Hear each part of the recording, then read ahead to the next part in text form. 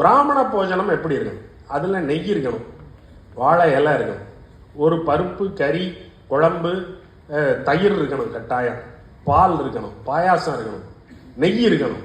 இப்படியெல்லாம் ஒரு விவரணை இருக்கு. சட்டிச்சோறுங்கிறது என்ன?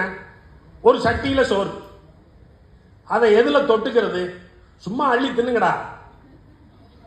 அப்ப அந்த போஜனம் எப்படி இருக்கும், சட்டிச்சோறு எப்படி இருக்கும் அப்படிங்கிற வேறுபாட்டை நீங்க ஆசிவசுப்ரமணியம் எழுதின பிராமண போஜனமும் சட்டிச்சோறும்ல பார்த்துக்குங்க. அப்ப பிராமண போஜனமாக ஊட்டுப்புறைகளில் 42 இடங்களில் அரசாங்கம் தொடர்ந்து எல்லா நாளும் சாப்பாடு போட்டுக்கொண்டே இருக்கிறது. ஒரு களஞ்சுப்பன், வெள்ளக்காரனுக்கு கொடுக்குற காசு, ஊட்டுப்புறையில தினமும் போடுகிற சோறு. சோறு போடுறது குற்றம் இல்லை, எல்லாருக்கும் போடலையே நீ. அப்ப இவற்றினால் வருகிற செலவுகள் அந்த அரசாங்கத்தை பேங்க்ரப்ட் ஆகுது. அப்ப இந்தியாவினுடைய கவர்னர் ஜெனரலாக இருந்த டல்ஹௌசி 1936 வாக்கில் 1848 சென்னையினுடைய ஆளுநர் வழியாக திருவிதாங்கூர் அரசுக்கு ஒரு எச்சரிக்கை விடுக்கிறான். இதே மாதிரியா செலவு பண்ணிக்கிட்டே இருந்தீங்கன்னா அரசாங்கத்தை நாங்கள் எடுத்துருவோம், இனி நீ ஆள முடியாது. ஒன்றும் இல்லை, எனக்கு 8 லட்ச ரூபா கொடுக்கறதுக்கே உங்கள்கிட்ட காசு இல்லை. இதே மாதிரி நீ அரசாங்கம் நடத்தினீங்கன்னா உன் அரசாங்கத்தை நான் கைப்பற்றிடுவேன், உன்னைய தூக்கிடுவேன். ஏற்கனவே ரெசிடென்ட்டாக அவன் தான் உட்காந்து ஆட்சி நடத்திட்டு இருக்கான். இவன் ஒரு பொம்மையாக உட்காந்துருக்கான். இவன் பாட்டு கேட்குறான், டான்ஸ் பார்க்குறான். சுவாதி திருநாள் பெரிய இசை கலைஞன். அவனே ஏகப்பட்ட கீர்த்தனைகள் எழுதி ஏகப்பட்ட பாடல்களை இசையமைச்சு நாட்டியத்தில் பெரிய சுவையுள்ள ஆள், ரொம்ப மென்மையான ஆள். ஆனால் ஆட்சியினுடைய லட்சணம் இவ்வளவுதான். சரி, இவ்வளவு செலவு. அப்புறம் நிறுத்திட்டாங்க, மொத்தமாக தூக்கிடுவான் போல் இருக்கு அப்படின்னு ஒன்னே நிறுத்திட்டான் எல்லாத்தையும். இந்த இரண்ய கர்ப்ப தானம், இந்த மகாதானங்களை எல்லாம் நிறுத்திட்டான். அப்போ இவ்வளவு பணம் செலவழிச்சிருக்கானே, வந்தவன் போனவனுக்கெல்லாம் வாரி வாரி கொடுத்துருக்கானே, இதுக்கெல்லாம் இவனுக்கு காசு எப்படி வரும் அப்படின்னா வரி தான். அப்போ வரி எப்படியெல்லாம் வசூல் பண்ணியிருப்பான்னு நீங்கள் பார்க்கணும். நான் ஒரு வரி தானே சொன்னேன், திப்பு சுல்தான் படையெடுத்த போது படையெடுப்புக்காக வரி போட்டார்கள் அப்படின்னு ஒன்று சொன்னேன்ல. என்னென்ன வரியெல்லாம் வாங்குவாங்க அப்படின்னு சூசமுத்திரம் மறைந்த எழுத்தாளர் முகந்தரியா மனுஷி அப்படின்னு ஒரு கதை எழுதியிருக்கார், சிறுகதை.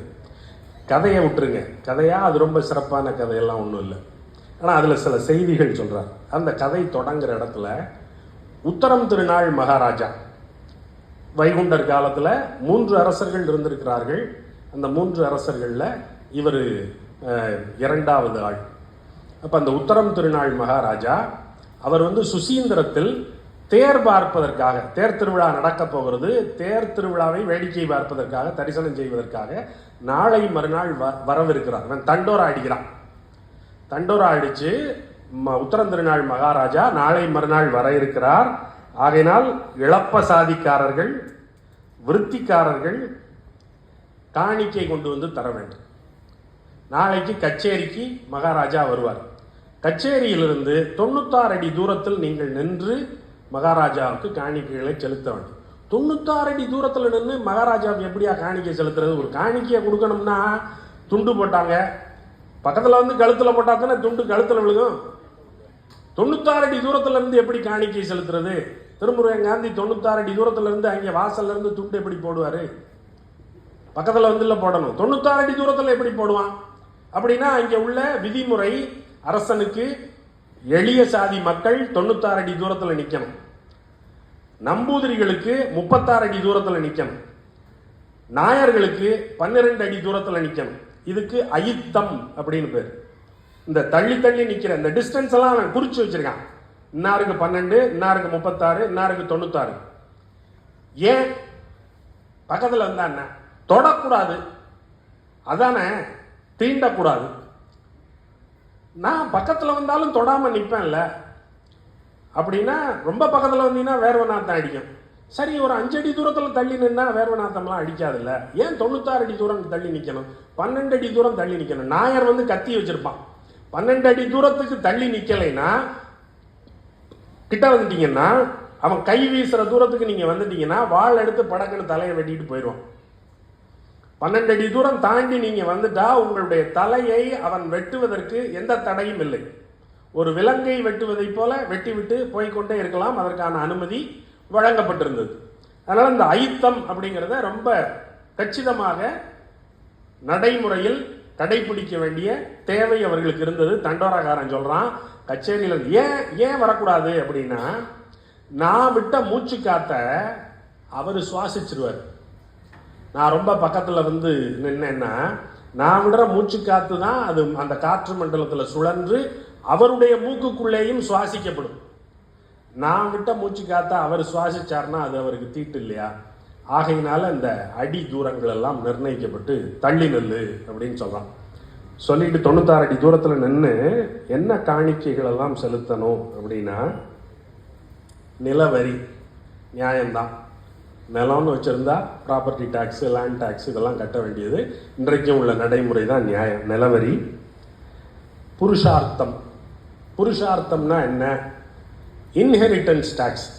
உங்க அப்பாட்ட இருந்து உங்களுக்கு ஒரு சொத்து வாரிசுரிமையாக உங்களுக்கு வந்ததென்றால் அதற்கு நீங்கள் வரி கட்ட வேண்டும்.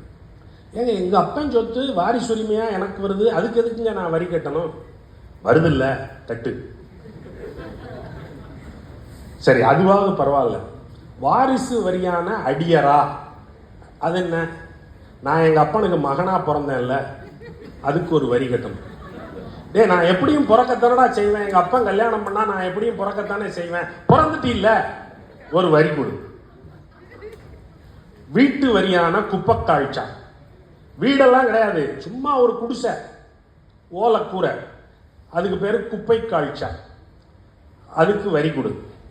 சரி, வீட்டுக்கு ஓலை மாத்திக்கிறேன் அப்படின்னா மனை மேய்ப்பான் வரி கொடு. ஓலை மாத்துறதுக்கு வரி கொடு. அதுக்கு பிறகு பனைமரம் வச்சிருந்தா பனை வரி. அதுக்கு பிறகு பனை ஏறுவதற்கு பயன்படுத்துகிற ஏணிக்கு ஏணிக்காணம் அப்படிங்கிற வரி. அப்புறம் தலை வச்சிருந்தா தலை வரி.